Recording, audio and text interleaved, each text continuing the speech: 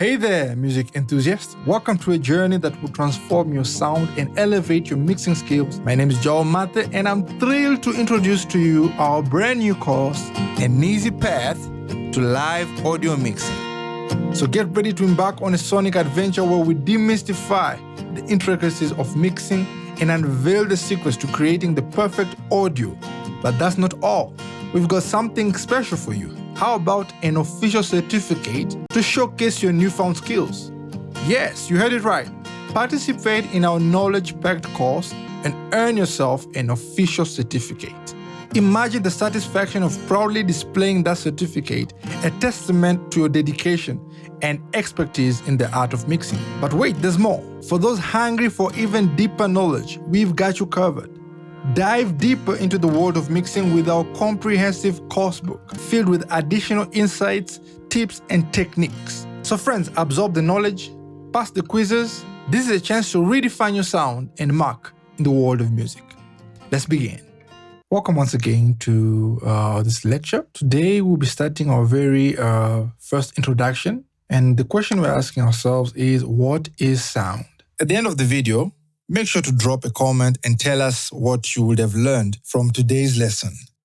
And so, in a very simple term, sound is a vibration that moves through the air. Let's assume that this white line here is a string, and when it's moving, that means you're plucking that string, right? What you see happening around it causes the molecules that are nearby to vibrate, to shift, and that's what we call sound. And so you can go on and look at many other definitions out there of what sound is, but it all revolves around that sound is a vibration that moves through the air. Sound has several properties that make it unique, but for the purpose of this lecture, we will only focus on the three most important ones, according to me. The first one is frequency. So what is frequency? Frequency is the number of times a sound wave from one crest to the next occurs per second, and it is measured in hertz. Notice these two graphs before us. And so if you look at these waves, one has fewer crests, the other one has many crests in a time of 1 second. This wave, the amount of time it takes this wave to reach the end of that second is what we call the frequency. And on that note, it's good to know that the human ear can only manage 20 hertz to 20 kilohertz. Of course, there are many animals out there, like birds, that can actually hear beyond that. But as far as we're concerned as human beings, we can hear from 20 hertz to 20 kilohertz. I'll be doing a very small demonstration of the frequency range in regards to the human hearing. So we'll begin at 30 hertz. 30 hertz, that's pretty much audible for most. If you're using a phone speaker, I would kindly suggest that you take a pair of headphones, or you connect to a pair of speakers and listen through it. 30 hertz, that is pretty much audible for most of us. So I'll begin sweeping through all the way to 20 hertz, 20 kilohertz, and then try to listen to your hearing drop out. Let's go.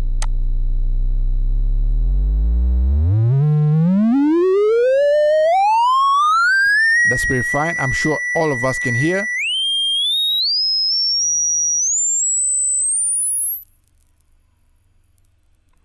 Now, at this point, if you're getting older and older and maybe your hearing is beginning to, deteriorate, by now you are unable to hear these frequencies. Yeah. And the more I continue, you have to have really good hearing to get that. But by the time I reach 20 kilohertz, most of us are pretty much deaf at this point. We really cannot hear that. And so there you go, a brief demonstration of the frequency range of the human hearing from 20 hertz to 20 kilohertz.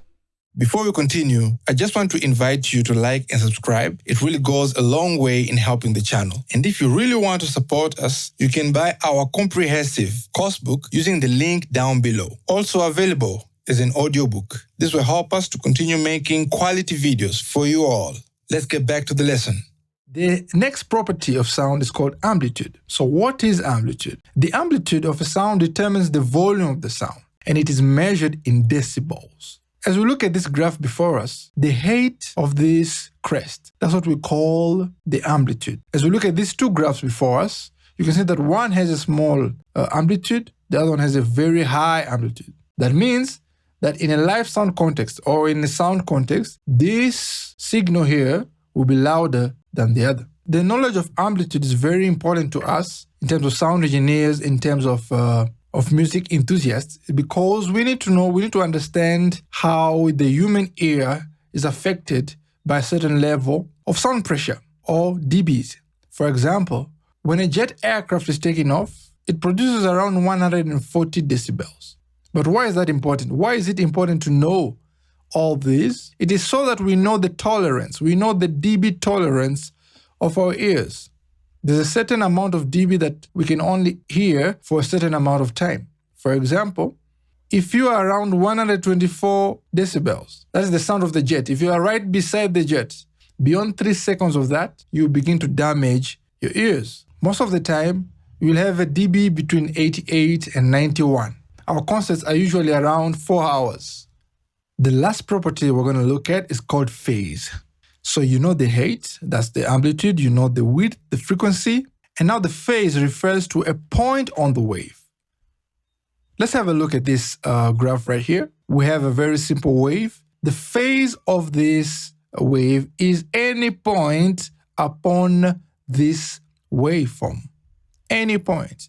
And it's usually measured in radius or degrees. Phase is important because the combination of sounds with different phases can affect the volume of the feel of the sound. The sound waves from two different sources that are perfectly in phase with each other often result in the amplification of the sound. But two sounds that are opposite, that have opposite phase, when placed together, they will cancel each other out. Let's look at this. All right, we have our very first wave here and our second wave here. As you can tell, these two are very identical because that means that if I place, for example, if I come right here on this wave, this phase is exactly the same as this one because the height, the degree of this point is the same as the degree on the other. When these two waves combine, we will have an increase in dB level, and we call it a constructive interference. But let's look at this one over here. As you can see, these two waves are opposite. Why are they opposite? Because if I come over here, this phase right here is not the same as this one right down here. It is actually the opposite. What does that mean? That means that when we combine these two signals, we'll have a cancellation, a complete cancellation. And that's what we call destructive interference. We are doing a very small demonstration of phase. I'm here in Mixcraft, and I have this track, this bunch of guitars, which are duplicated. As you can hear this one here. The same, they are both identical. And so I'm going to first unmute both of them at the same time, and then let's hear what happens. Let's unmute. And so what you notice is an increase in volume. You notice an increase in volume because they are both in phase.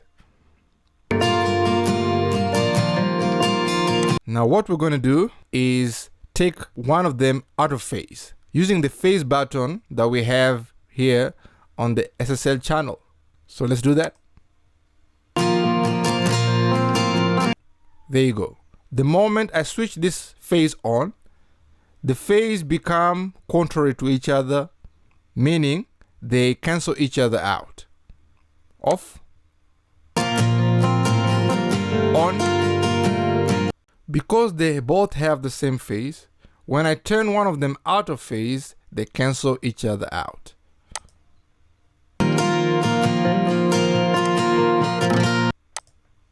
All right. Okay, guys, let's do a recap. Sound is a vibration that moves through the air. And we said as well that there are three main properties of sound that you should know: frequency, amplitude, and phase. So friends, I hope you've gotten something from today's lesson. Go ahead and share with the community what you've gotten. And maybe if you thought I left something out, feel free to share to the community. And I'll see you in the next lesson.